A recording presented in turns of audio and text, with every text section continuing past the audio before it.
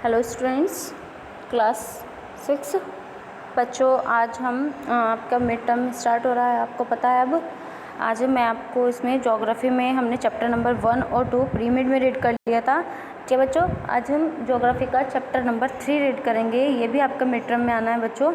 Okay, तो इसमें जो चैप्टर नंबर 3 है उसका नाम है पृथ्वी की गतियाँ, यानी कि जो पृथ्वी है हमारी वो किस प्रकार से गति करती है, किस प्रकार से घूमती है, ये हम इस चैप्टर में रीड करेंगे। ओके बच्चों, जैसा कि आप जानते हैं पृथ्वी की 2 गति होती है, मतलब जो हमारी पृथ्वी है वो 2 प्रकार से घूमती है। किस प्रकार से?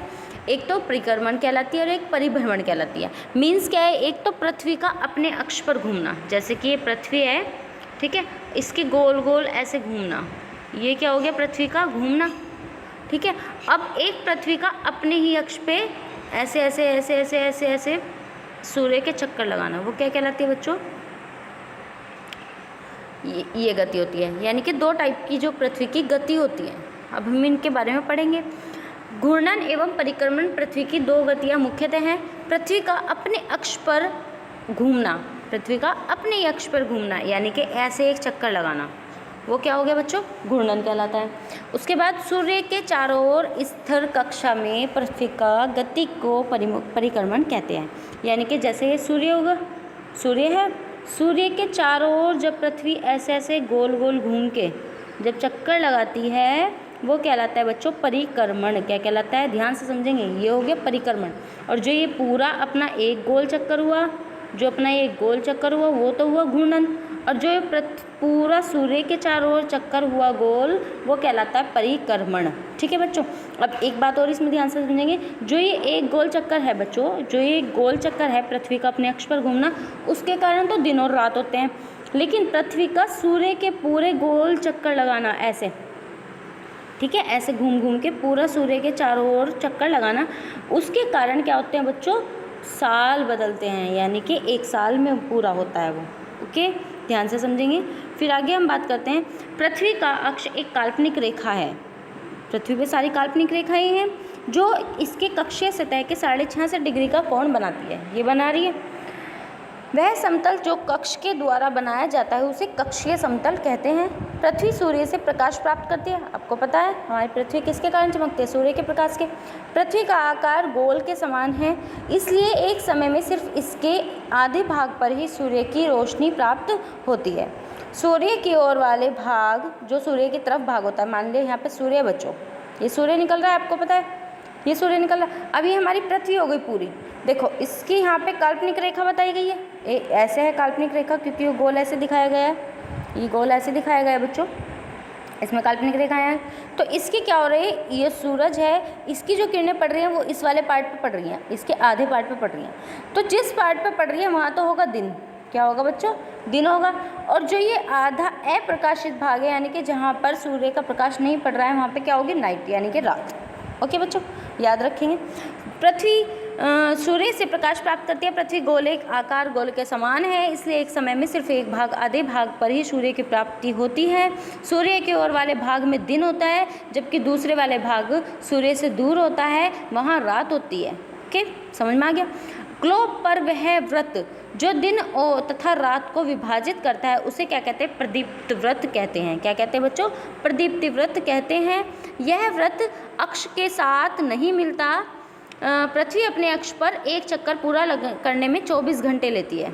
एक दिन में 24 घंटे होते हैं, एक दिन में वह अपने अक्ष पर घूम जाती है पूरी गोल, तो क्या 24 घंटे लेती है। घूर्णन के समय काल को पृथ्वी दिन कहा जाता है। यह पृथ्वी की दैनिक गति होती है। पृथ्वी का अपने अक्ष पर 24 घंटे में घूमना क्या कहलाता है बच्चों? इसकी दैनिक गति या घूर्णन कहलाता है। ओके, बात समझ में आई? अब हम आगे चलते हैं, बात करते हैं अगर पृथ्वी घूर्णन नहीं करे तो क्या होगा? क्या होगा बच्चों? अभी मैंने बताया घूर्णन करने के कारण, यानी कि पृथ्वी का अपने अक्ष पर घूमने के कारण ही दिन रात होते हैं। अगर वह घूर्णन ही नहीं करे ना तो क्या होगा बच्चों? दिन और रात नहीं होंगे। समझ में आई? सूर्य के एक तरफ वाले पृथ्वी के भाग में हमेशा दिन रहेगा, और जिसके कारण उस भाग में गर्मी लगातार पड़ेगी। दूसरे भाग में हमेशा अंधेरा रहेगा, पूरे समय ठंड पड़ेगी। इस तरह अवस्था में जीवन संभव नहीं है। एक जगह तो दिन और दिन ही दिन है, और एक तरफ रात ही रात यानी कि अंधेरा अंधेरा है, तो ऐसे तो जीना भी मुश्किल हो जाएगा। तो क्या है, पृथ्वी की घूर्णन गति के कारण क्या होते हैं बच्चों, दिन और रात होते हैं। बात समझ में आई।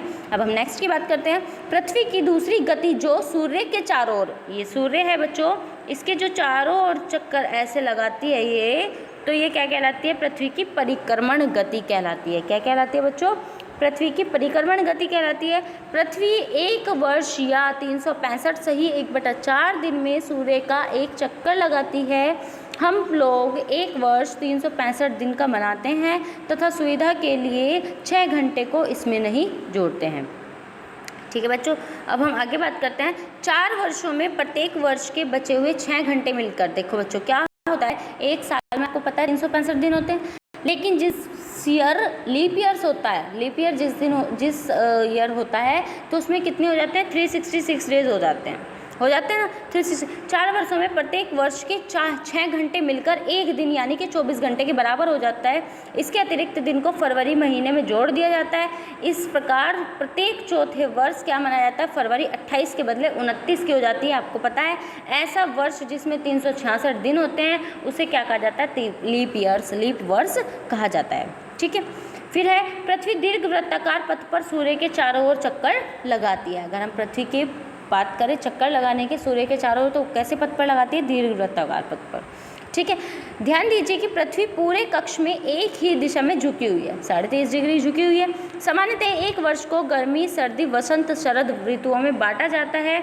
ऋतुओं में परिवर्तन सूर्य के चारों ओर पृथ्वी की स्थिति में परिवर्तन के कारण होता है। देखो बच्चों, अगर हम ऋतुओं में बांटते हैं, शरद, गर्मी, वर्षा ऋतु जो होती हैं, ये पृथ्वी की परिक्रमण गति के कारण होती है, यानी कि सूर्य के चारों ओर जो चक्कर पृथ्वी लगाती है उसके कारण ऋतुएं बदलती हैं। ठीक है, और पृथ्वी का अपने ही गोल चक्कर लगाना वो क्या लगता है, उसकी दैनिक गति, जिसके कारण दिन और रात होते हैं। बात समझ में आई बच्चों। अब हम पढ़ते हैं आगे। 21 जून को उत्तरी गोलार्ध सूर्य की तरफ झुका होता है। सूर्य की किरणें कर्क रेखा पर सीधी पड़ती है। इसके परिणाम स्वरूप इन क्षेत्रों में ऊष्मा अधिक प्राप्त होती है। ध्रुवों के पास वाले क्षेत्रों में कम ऊष्मा प्राप्त होती है क्योंकि वहां सूर्य की किरणें तिरछी पड़ती है।